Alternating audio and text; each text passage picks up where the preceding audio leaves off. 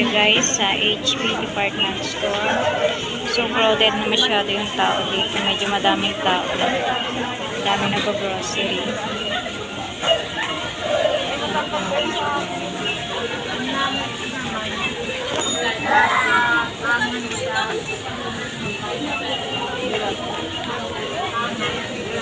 So yan guys.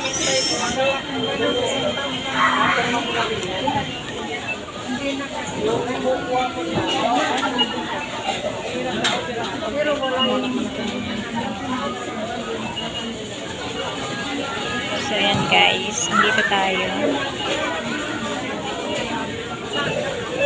Papila po tayo dahil medyo